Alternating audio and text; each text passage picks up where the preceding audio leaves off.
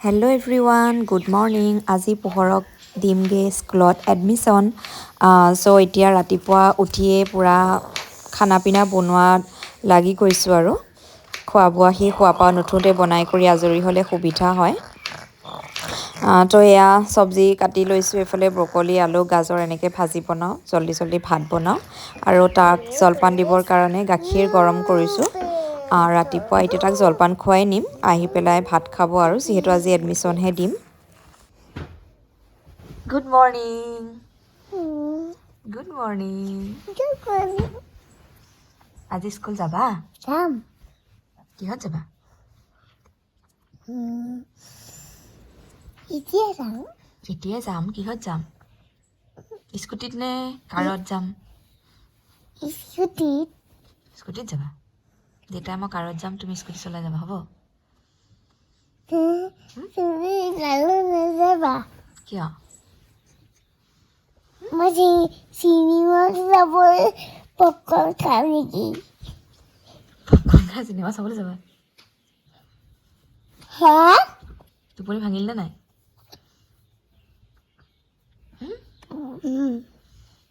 উঠা। পিছত উঠিব লাগে আকৌ। উঠা। হা বুকু চাই উঠা, কাণত যা, কান্ধত উঠাগে যা।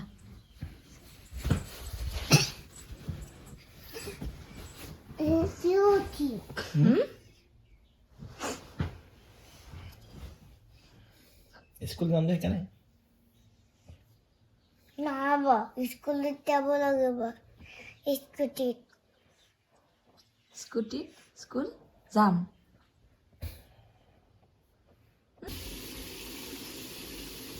চুবাইছানে? খাইছা?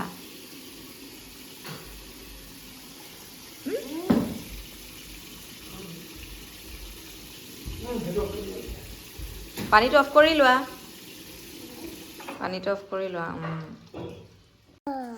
আমাৰ পোহৰ ডাঙৰ হৈ গ'ল। এয়া নিজে নিজে ব্ৰাছ কৰে ন? পোহৰ নিজে ব্ৰাছ কৰে।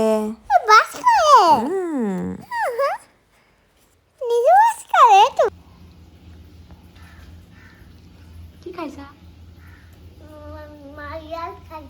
কি খাইছা? এলমণ্ড খাইছা? তুমি এলমণ্ড খাই ভাল পোৱা? অ'কে, এলমণ্ড ফিনিছ কৰা, তাৰপিছত জলপান খাই স্কুল যাব লাগিব ন?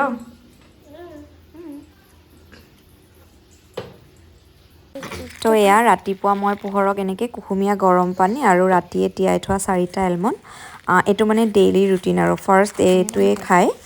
আমি তিনিওজনে এনেকৈ আমাৰ মানে ৰুটিনটো ষ্টাৰ্ট কৰোঁ। আৰু এয়া এতিয়া পোহৰৰ কাৰণে চকোজ আৰু গাখীৰ ৰেডি কৰিছোঁ। আজি চকোজে খাই যাব। ৰাতিপুৱা মানে তাক কৰ্ণফ্লেক্স, চকোজ, অ'টছ এনেকুৱা ধৰণৰ বস্তুবোৰেই দিওঁ। মাজে মাজে ৰুটিও খায়। তো আজি যিহেতু স্কুল যাম আজি ফাৰ্ষ্ট টাইম, তো জল্দি কামবোৰ কৰিব লগা হৈছে। তো এয়া চকোজ ৰেডি কৰিছোঁ তাৰ কাৰণে। এতিয়া চকোজ খাব লাগিব।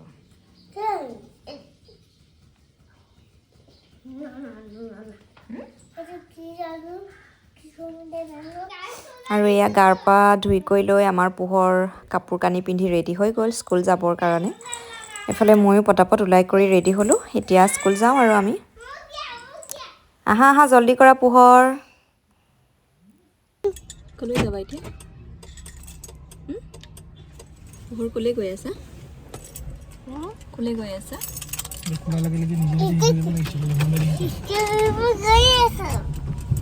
ক'লৈ গৈ আছা? স্কুলৰ পৰা? স্কুললৈ গৈ আছা?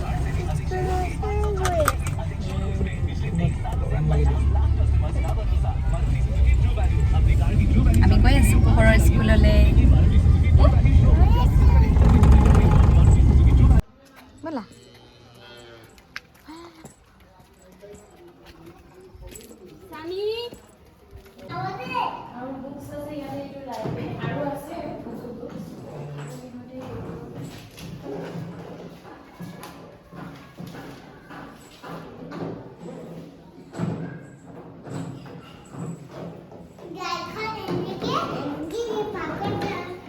পাৰ্কত অহা নিচিনাই লাগিছে তাৰ পাৰ্কত অহা নিচিনাই লাগিছে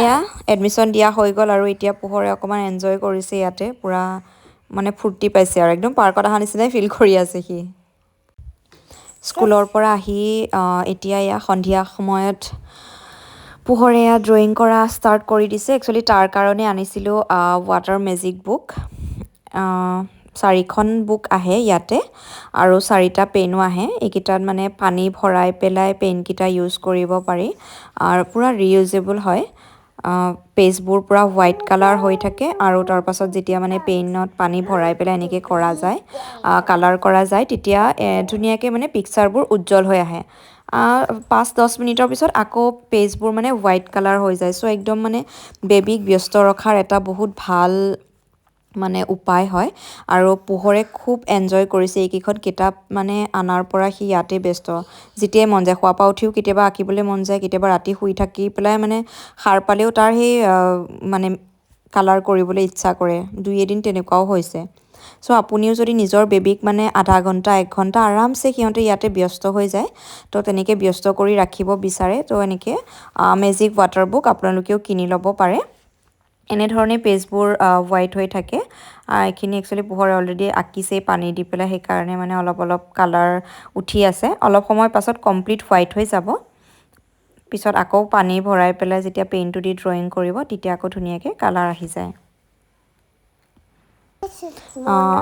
মই ইউজ কৰি ভালেই পাইছোঁ সি যিহেতু বহুত এনজয় কৰিছে আধা ঘণ্টা 1 ঘণ্টা সময় ধুনীয়াকৈ ইয়াতে ব্যস্ত হৈ যায় চ' শ্বেয়াৰ কৰিলোঁ আপোনালোকেও নিজৰ বেবীৰ কাৰণে ল'ব বিচাৰিলে ল'ব পাৰিব হেল্ল' এভৰিৱান আজি পোহৰৰ কাৰণে বনাবলৈ লৈছোঁ শিঙি মাছ তো ভাবিলোঁ আপোনালোককো দেখাওঁ তাক কেনেকৈ বনাই খুৱাওঁ তো তাৰ কাৰণে মই এটা পিঁয়াজ কাটি লৈছোঁ এটা গাজৰো দিছোঁ পোহৰে যিহেতু গাজৰ খাই ভাল পায় লগত দিছোঁ এটা আলু আৰু আমি আপোনালোকে আমাৰ আগৰ ভিডিঅ'বোৰ চালে গম পাবই পোহৰৰ সৰুৰ পৰাই জলকীয়াটো খুৱাওঁৱেই চ' এটা জলকীয়া দিছোঁ বৰ বিশেষ জ্বলা নাই আৰু এয়া এটা বিলাহী কাটি লৈছোঁ নিমখ আছে সোৱাদ অনুসৰি আদা নহৰু পেষ্ট লৈছোঁ আৰু এইটো ব্লেক পেপাৰটো তাক যিহেতু দিওঁৱেই আমি সৰুৰ পৰা চ' এইখিনিয়ে যোগাৰ আৰু ধনিয়াটো ৰাখিছোঁ একদম লাষ্টত দিবলৈ চ' দেখাই আছোঁ কেনেধৰণে বনাওঁ আৰু এয়া অকণমান মানে নামমাত্ৰ তেল লৈছোঁ বৰ বেছি তেলত যিহেতু তাক বস্তুবোৰ আমি নিদিওঁ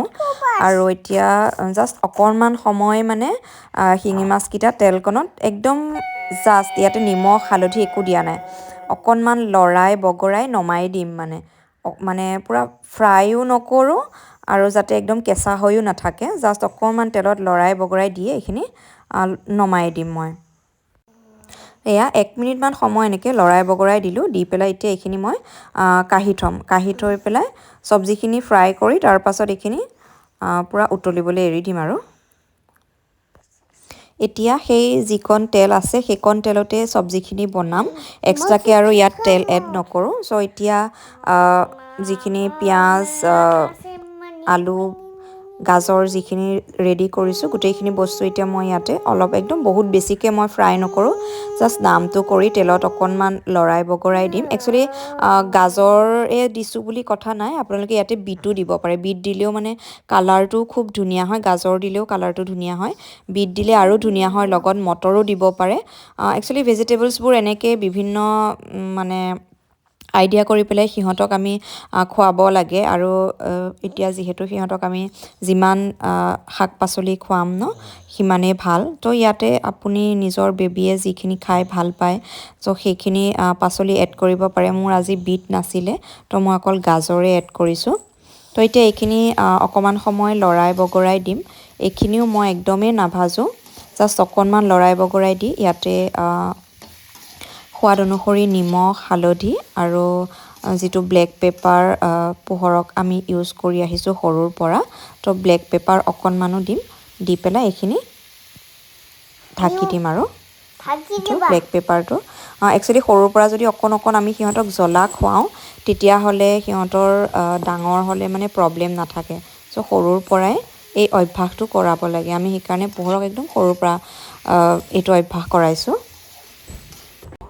তো এইখিনি জাষ্ট মানে মছলাখিনি যি নিমখ হালধি দিছোঁ সেইখিনি মিক্স কৰি লৈ পেলাই ইয়াতে মাছকেইটাও দি দিছোঁ দি এতিয়া একদম সৰহকৈ মানে পানী দি দিম বহুত সৰহকৈ দিম কাৰণ এইখিনি মই 30 to 45 মিনিটছ মই কম জুইত মানে একদম ল' ফ্লেমত মই এইখিনি পূৰা উতলিবলৈ এৰি দিম চ' যথেষ্টখিনি মই পানী দিছোঁ পানী দি পেলাই এতিয়া এইখিনি মই ঢাকি দিম একদম 30 to 45 মিনিটছলৈকে এইখিনি আৰু উদঙাই উদঙাই চাই নাথাকোঁ পূৰা ল' ফ্লেমত মই এইখিনি ঢাকি পেলাই এৰি দিম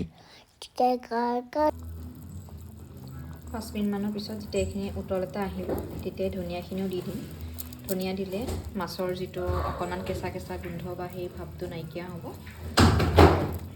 ধনিয়াৰ গোন্ধটোত বহুত টেষ্টি হৈ পৰে তো এয়া ফাইনেলি আমাৰ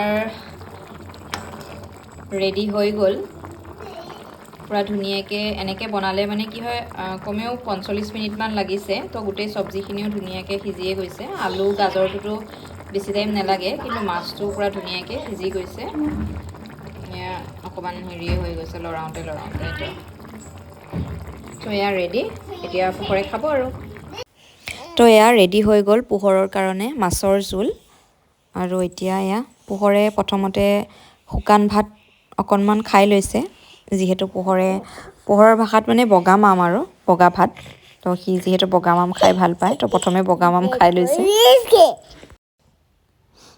আৰু এয়া মাছটো মই এৰুৱাই পেলাই দি চাইছোঁ চাওকচোন একদম পূৰা ধুনীয়াকৈ বইল হৈ যায় আৰু মানে কি হয় এনেকৈ বইল কৰি ভাজিলে মাছৰ কাঁইটবোৰ এৰুৱাবলৈও সুবিধা হয় ফ্ৰাই কৰিলে এনেও ফ্ৰাই বস্তু খোৱাতকৈ এনেকৈ কম তেলত মানে বইল কৰি পেলাই বা উতলাই খোৱালে বেবীৰ কাৰণে হওক বা আমাৰ ডাঙৰৰ কাৰণে যিহেতু বহুত হেল্ডি হয় চ' পোহৰক আমি একদম সৰুৰ পৰা এনেধৰণেই খুৱাই আহিছোঁ মাছৰ জোল বা মাংসই হওক বা তো এনেধৰণেই পোহৰক খানাবোৰ খুৱাওঁ চ' আজিলৈ ইমানেই আছিলে আশা কৰোঁ ভিডিঅ'টো চাই আপোনালোকে ভাল পালে যদিহে ভাল পালে তেতিয়াহ'লে এটা লাইক কৰিব কমেণ্ট কৰি জনাব আপোনালোকে আপোনালোকৰ বেবীক এনেধৰণে মাছৰ জোল বনাই খুৱাইছেনে যদি খুৱাইছে তেতিয়াহ'লেও জনাব কিহে বনাই খুৱাইছে আৰু যদি খুওৱা নাই তেতিয়াহ'লে ট্ৰাই কৰি চাব নিশ্চয় ভাল পাব আপোনাৰ বেবীয়ে আজিলৈ আহিছোঁ বাই বাই